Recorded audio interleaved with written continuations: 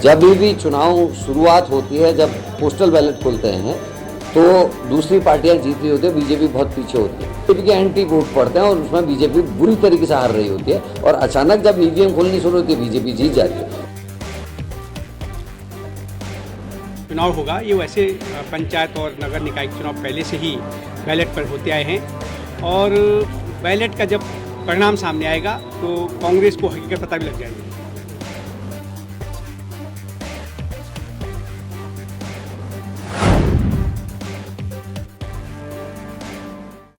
तो चलिए सीधा रुख कर रहे हैं अपने मेहमानों की तरफ। आपको बता दें आज हमारे साथ इस चर्चा में जो मेहमान हैं वो आपकी स्क्रीन पर हैं। अभिषेक भंडारी जी हैं, कांग्रेस का चेहरा है। हनी पाठक जी बीजेपी का चेहरा है। नीरज कोहली जी हमारे साथ वरिष्ठ पत्रकार इस कार्यक्रम का हिस्सा हैं। आप सभी का बहुत बहुत स्वागत है। नीरज जी, चर्चा की शुरुआत आपके साथ, फिर राजनीतिक दलों के पास। क्या कुछ बदलने जा रहा है निकाय चुनाव में बैलेट पेपर से अगर चुनाव होगा तो?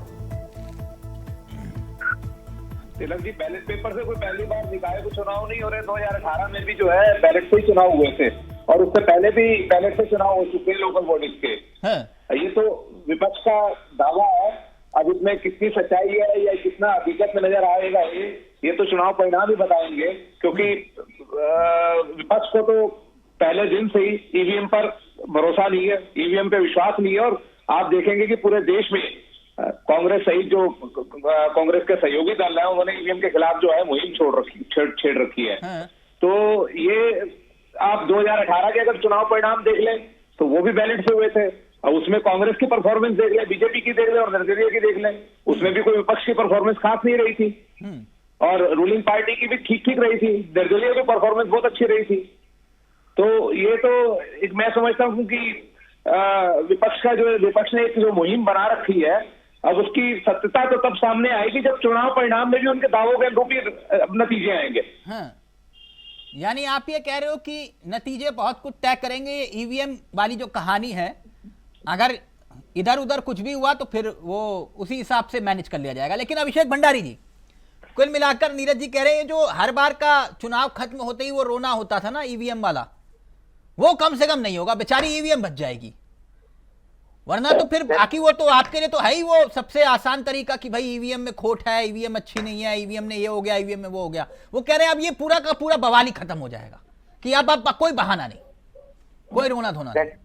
धन्यवाद तिलक सर, आपने मुझे मौका दिया जी। तो मीडिया से लेकर हर जगह ये चर्चा है कि बैलेट पेपर पे जो चुनाव हो रहे हैं तो सत्ता पक्ष को आईना पता चल जाएगा कि बड़ी सुगबुगाहट है सत्ता पक्ष में। कि क्या होने जा रहा है। बड़े बड़े बयान आ रहे हैं कि आपको कमल के निशान को देखना है, किसी व्यक्ति विशेष को नहीं देखना है। चलो ये अच्छी बात है। चुनाव आयोग ने एक बड़ा दिल दिखाया है कि आप बैलेट पेपर पे चुनाव कर रहे हैं। ठीक इसी प्रकार से अगर आप चुनाव आयोग बड़ा दिल दिखाता कि विपक्षी पार्टियों की बात को सुनी जाती और आप लोकसभा या विधानसभा के चुनाव भी बैलेट पेपर पे करते। नहीं, अभी लोकसभा विधानसभा नहीं, अभी ये निकाय पे रहते। कोई बात नहीं, कोई बात नहीं, कोई बात नहीं। अब इसके बाद देखिए कोई रास्ता नहीं बचेगा, ना यू टर्न ले पाओगे ना राइट। नहीं, राइट लेफ्ट कुछ होगा ही नहीं जी। इसके बाद तो नतीजे बिल्कुल साफ होंगे और फिर तो कोई बहाना नहीं। मैं ये कह रहा हूं क्या इसके लिए तैयार हो? बिल्कुल तैयारी है। ईवीएम को कोसते थे आप, फिर तो कुछ बचेगा नहीं। नहीं, ईवीएम को कोसने का मतलब नहीं है। ईवीएम को इसलिए कोसा जा रहा है कि जब भी बैलेट पे जो हमारी वोटिंग आती थी उसमें हमेशा कांग्रेस आगे होती थी, बीजेपी बहुत पीछे होती थी। नहीं, पोस्टल बैलेट। और एक मिनट जी, ये 2018 में भी बैलेट पेपर से हुए थे, फिर क्या हुआ था? नहीं, 2018 की बात मैं ये नहीं बोल रहा हूँ। क्या हमारे जो नगर निगम के पार्षद चुन के नहीं आए क्या? या नगर पालिका में हमारे मेयर बिल्कुल देहरादून में नहीं आए, बाकी और जगह नगर पंचायत जैसे श्रीनगर में था। श्रीनगर में इन्होंने जबरदस्ती डरा धमका के ईडी सीबीआई लगा के अपने पार्टी में ज्वाइन करवा दिया। अच्छा, ये ऑप्शन खुला है। हाँ, ये वाली बात बिल्कुल मैं भूल गया था, ये वाला ऑप्शन खुला है आपके पास। पता नहीं क्या। ठीक है नीरज जी, ठीक है, ओके नीरज जी समझ गए ना। वो ये कह रहे हैं ईवीएम वाला अगर रास्ता बंद होगा तो ईडी और सीबीआई तो खुला है रास्ता। बिल्कुल हाँ, ठीक भंडारी जी, ठीक। हनी जी जी तिलक जी, अभिषेक भंडारी जी ने जो बात कही वो तो है ही, लेकिन अगर मगर किंतु परंतु ये जो स्वप्न लोक है ईवीएम वाला, वो तिलिस्म अगर कांग्रेस ने तोड़ दिया और ये साबित कर दिया कि ये जो हार हुई है बीजेपी की किंतु परंतु, तो फिर ये ईवीएम थी, ये तो सभी बच जाते थे। बहुत बड़ा खतरा है आपके लिए भी, दो धारी तलवार टाइप का। तिलक जी, घाट घाट पर पानी बदले, कोस कोस पर वाणी, ये है कांग्रेस की आदत। ये जो अभी अभिषेक भंडारी जी बात कर रहे थे, एक तो ज्ञान की थोड़ी सी कमी रह गई, 2018 का भूल गए और अभी बोल रहे हैं तब किस ईवीएम का दोष था, तब कौन सा बैलेट पेपर का दोष था, हमारा ही भाजपा का मेयर था। और अभी भी जो बैलेट पेपर से चुनाव होने जा रहा है, मुझे तो ये टेंशन हो रही है कांग्रेसियों की कि जो चुटकुले बनते थे कि ईवीएम का रोना कब से शुरू करना है, वो भी खत्म हो जाएगा। अभी आपने एक बात कही कि फिर कोई किंतु परंतु कुछ नहीं बचेगा, तो इनके लिए तो ये बहुत घातक बीमारी के रूप में सामने आएगा। नहीं घातक नहीं, मैं वही कह रहा हूं, ये जो दवाई, ये पुड़िया है, अब ये किसके लिए घातक है ये तो खाने के बाद ही पता चलेगा। ऐसा ना हो कि जिसे आप इनके लिए घातक बता रहे हो आपके लिए घातक साबित हो जाए। फिर 2018 में भी हो सकता था हमारे लिए घातक, नहीं होने में तो बहुत कुछ हो सकता था। जनार्दन, अगर बद्रीनाथ में राजेंद्र भंडारी इस्तीफा ना देते तो फिर चुनाव भी नहीं होता, है ना। मंगलौर में आप चुनाव ना लड़ते तो चुनाव भी। मैं कंप्लीट करूं।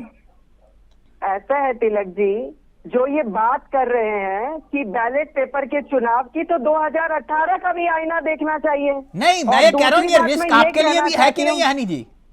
नहीं, बिल्कुल नहीं, कोई रिस्क नहीं है। जनता का साथ विकास के साथ है। नहीं, वो बैलेट पेपर और ईवीएम हाथ है। ये कह रहे हैं ईवीएम से जीत जाते हो आप, तो अगर बैलेट पेपर से चुनाव हुए तो आप चुनाव हार जाओगे, ये कह रहे हैं। अरे देखिए, ये स्वप्न लोक में रहते हैं, ये स्वप्न लोक से बाहर नहीं आ पाते हैं। जिस जगह जिन जिन राज्यों में इनकी पार्टी का मुख्यमंत्री है, मुख्यमंत्री का चेहरा है, वहां पर क्यों ईवीएम की मशीन ठीक हो जाती है और बाकी जगह ईवीएम की मशीन खराब हो जाती है। दूसरी बात मैं ये कहना चाहती हूँ कि इनके लिए बहुत दुखदाई स्थिति है और आपदा वाली परिस्थिति है कि फिर भाजपा का मेयर आएगा, फिर भाजपा के पार्षद आएंगे, क्योंकि वो जनता के बीच उठते बैठते हैं। भंडारी जी ऐसा ही है। किस चीज का रोना रोएंगे, तब ये किस चीज का रोना रोएंगे? इनके लिए बहुत बड़ी विषम परिस्थिति का सामना इनको करना पड़ेगा। नहीं, भंडारी जी कह रहे हैं हमारे पास दूसरा ऑप्शन भी खुला है, वो ईडी सीबीआई वाला। वो कह रहे खुला है हमारे पास ऑप्शन। भंडारी जी समझा रहे थे। भंडारी जी प्लीज कंटिन्यू, फिर मैं नीरज जी आपके पास। मैं तिलक जी क्या जवाब दिया जाए इनकी इस बेबुनियादी बात का? मैं ज्यादा दूर की बात नहीं कर रहा हूँ।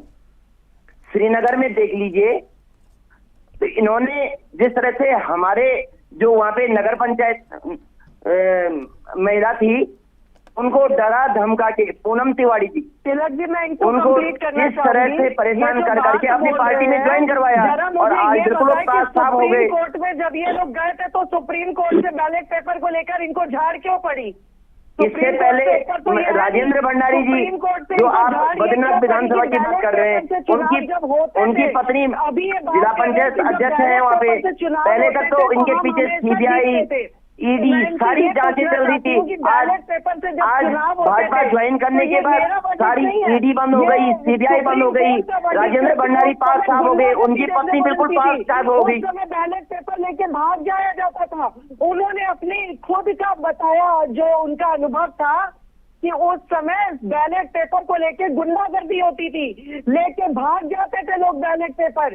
उस तरीके से आपके टाइम में आप सत्ता में आए हैं, वो आईना देखिए, वो इतिहास देखिए, इतिहास से फिर आप बताइए किस प्रकार से एक एक महीने अगर ईवीएम मशीनें बंद रहती हैं और उनके 99% उनकी बैटरी चार्ज है, तो उसका जवाब भी दीजिए आप। जनता उसका जवाब पूछ रही है। अरे भाई मेरे, सुप्रीम कोर्ट के वर्डिक्ट को नकार रही है क्या? एक तो प्रवक्ता है आप और आपको जानकारी नहीं है कि सुप्रीम कोर्ट का क्या वर्डिक्ट आया था। सुप्रीम कोर्ट ने कहा है, अनुभव भी अनी पाठक जी, सारी जानकारी आपको है, जनता को और हमको कोई जानकारी नहीं है। आपने क्या बोला कि जब बैलेट पेपर से चुनाव होते थे तो कांग्रेस आती थी, तो उसका भी आप इतिहास देखिए ना कि तब गुंडागर्दी चरम पर थी, बैलेट पेपर लेके लोग भाग जाया करते थे। और मैं पोस्टल बैलेट, ये बैलेट पेपर की बात कर रहा हूँ। पोस्टल बैलेट में आज भी देखिए, जिस जगह पे जब पोस्टल बैलेट की गिनती शुरू होती है तो कांग्रेस शुरुआती क्षणों में आगे रहती है, ये एक समीकरण होता है। लेकिन जैसे ही ईवीएम आ गई आपके एकदम से एक मिनट हनी जी, एक मिनट। नीरज जी, ये राजनीतिक तूतू में तो हरिअंत हरि कथा है, कभी खत्म नहीं होगी।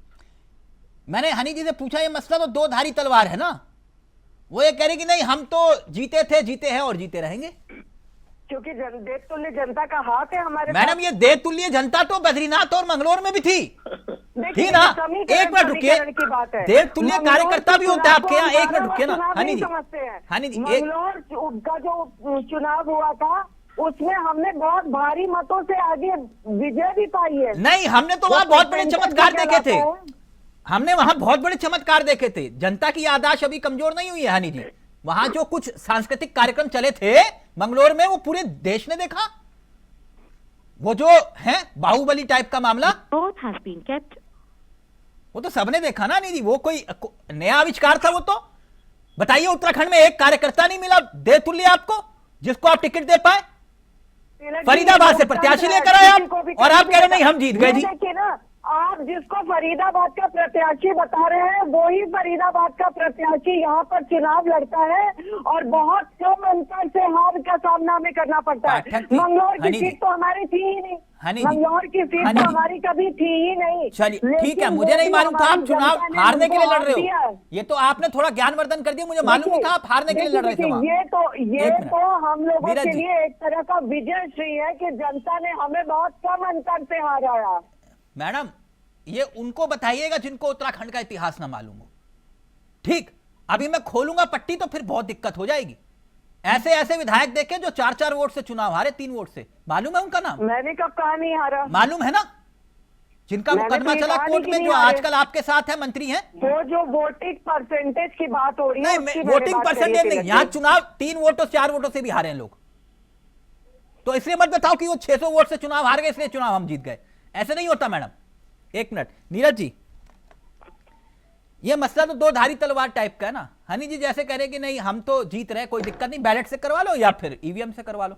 अगर मगर किंतु परंतु परिस्थितियां तो कुछ भी हो सकती है, राजनीति संभावनाओं का खेल है। अगर मामला गड़बड़ा गया कुछ भी बीजेपी का, तो फिर तो ये भंडारी जी एंड पार्टी तो पूरा मोर्चा खोल देंगे कि नहीं, नरेटिव टाइप का, जैसे ये बद्रीनाथ वाला खोला था इन्होंने। केदारनाथ तक तो मामला यहां तक आ गया था, बोले अब केदारनाथ हार गए तो जी का जंजाल हो जाएगा, कुछ इस टाइप का। नहीं नीरज जी? बिल्कुल तिलक जी, देखो ईवीएम को लेकर तो पूरे देश में पहले से ही आपने देखा विपक्ष ने मुहिम छेड़ रखी है, कांग्रेस ने और कांग्रेस के सहयोगी दलों ने। और जैसे अभी आपने देखा करण महाराज जी भी कह रहे थे इस बात को कि भाई बैलेट से होने चाहिए, और बैलेट से जब जब वोट चुनाव होता है कांग्रेस पार्टी आगे रहती है। उसी बात को दोहरा रहे उनके प्रवक्ता भी।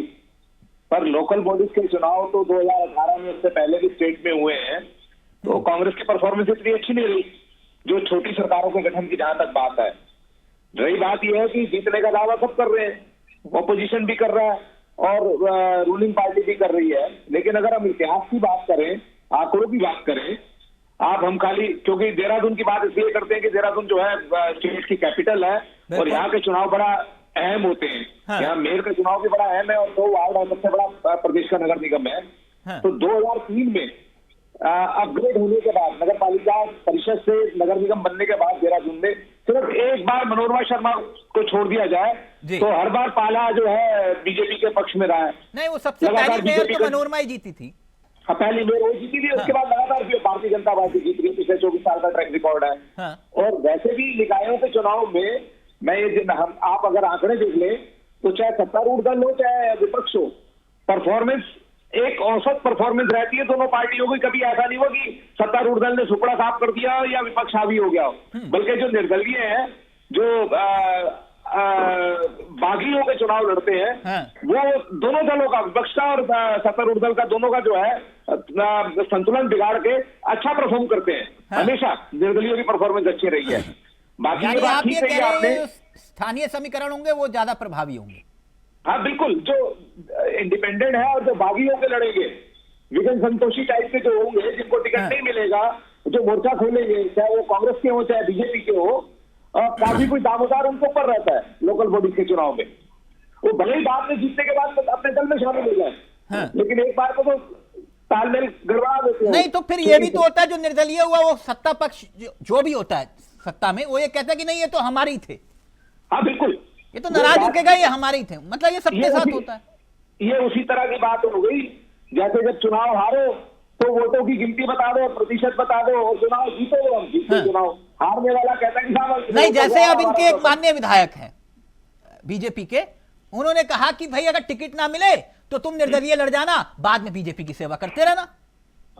बिल्कुल वही हुआ ना, मतलब हनी जी को तो मालूम है वो लैंस डाउन वाले जो है दिलीप रावत जी, जैसे उन्होंने सलाह दी अपने होनहार कार्यकर्ता को, बोले निर्दलीय लड़ जाना, कोई दिक्कत नहीं। होता भी ऐसे ही है। वो प्रैक्टिकल बात कही उन्होंने, कोई गलत नहीं कहा उन्होंने। हाँ बस वो बात है, माइक पे बोल दिया उन्होंने और कुछ नहीं। हाँ उन्होंने और बीजेपी में होता नहीं, बिल्कुल बीजेपी में होता नहीं, उन्होंने सरेआम माइक पे बोल दिया, कैमरे पे बोल दिया उन्होंने। कैमरे पे बोल दिया। सच बोलने में कई बार कहीं कोई बात दिक्कत थोड़ी है, सच बोला उन्होंने।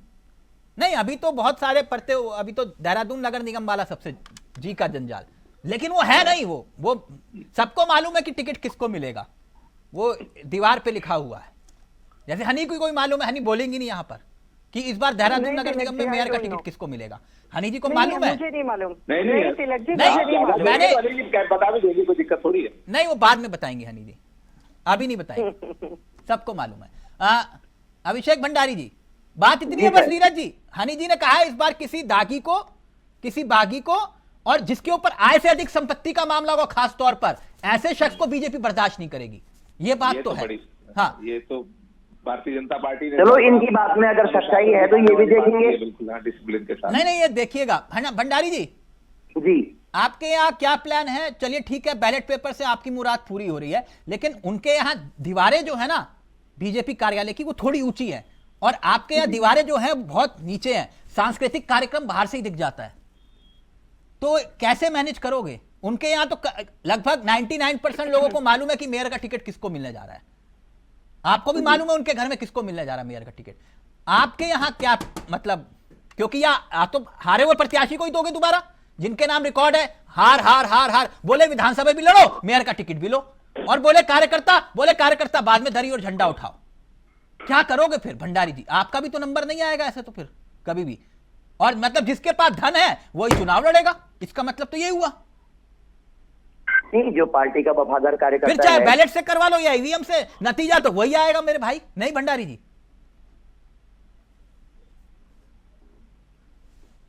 आपकी बात का जवाब दे रहा हूं। हाँ जी, तो पार्टी जिससे भी अपना विश्वास भरोसा जताएगी उसको पार्टी टिकट देगी। नहीं, पार्टी जिस पर भरोसा जताएगी वो जरूरी नहीं है, जनता जिस पर भरोसा जताए वो ऐसा प्रत्याशी नहीं ढूंढ पा रहे ना आप, जैसे लखपत बड़ौदा टाइप का।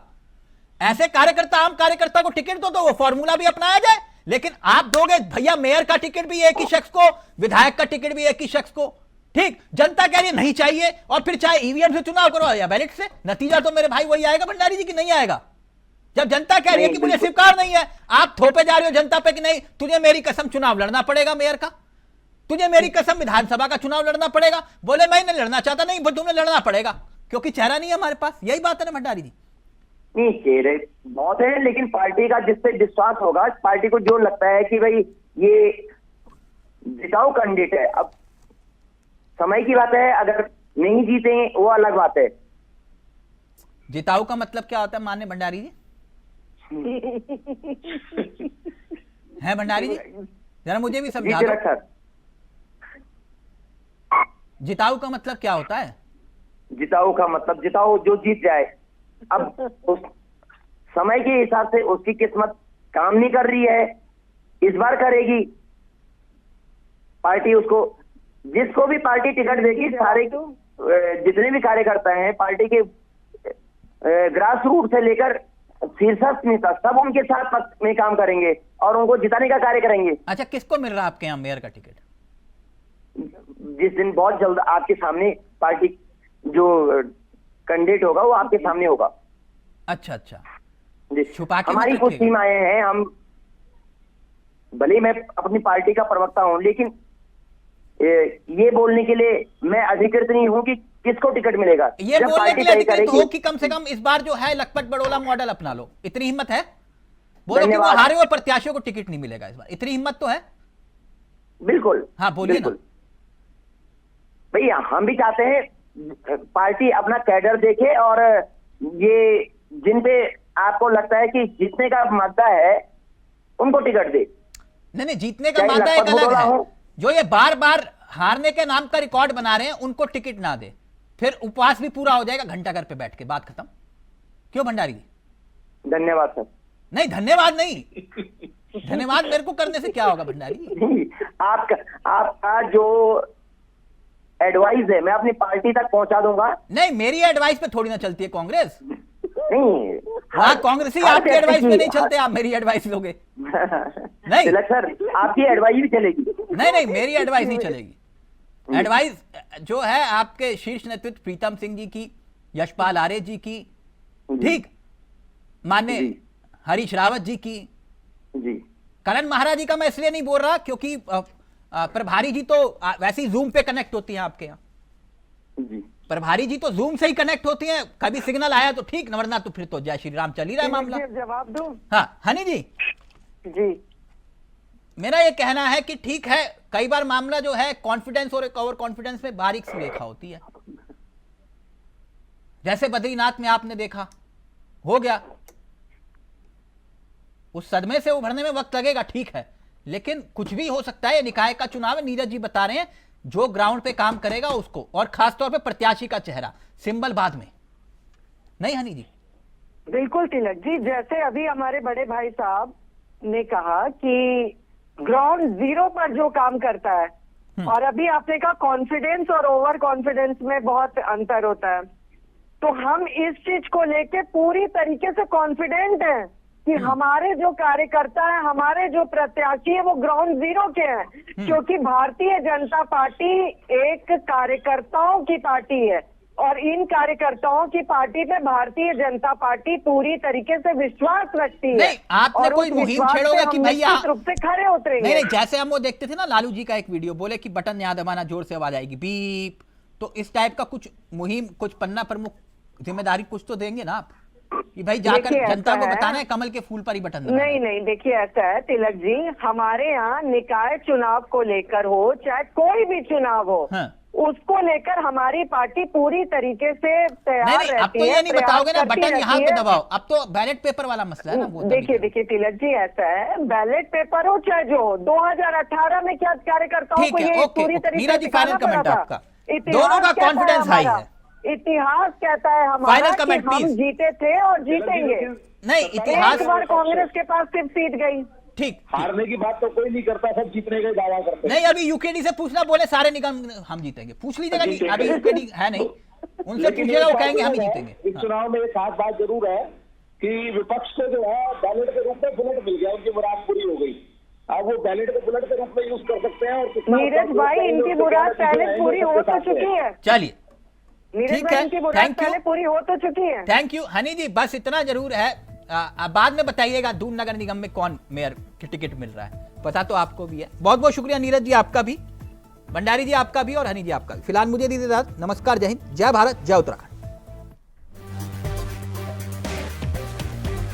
जब भी चुनाव शुरुआत होती है, जब पोस्टल बैलेट खुलते हैं तो दूसरी पार्टियां जीत रही होती है, बीजेपी बहुत पीछे होती है, बीजेपी के एंटी वोट पड़ते हैं और उसमें बीजेपी बुरी तरीके से हार रही होती है, और अचानक जब ईवीएम खुलनी शुरू होती है बीजेपी जीत जाती है।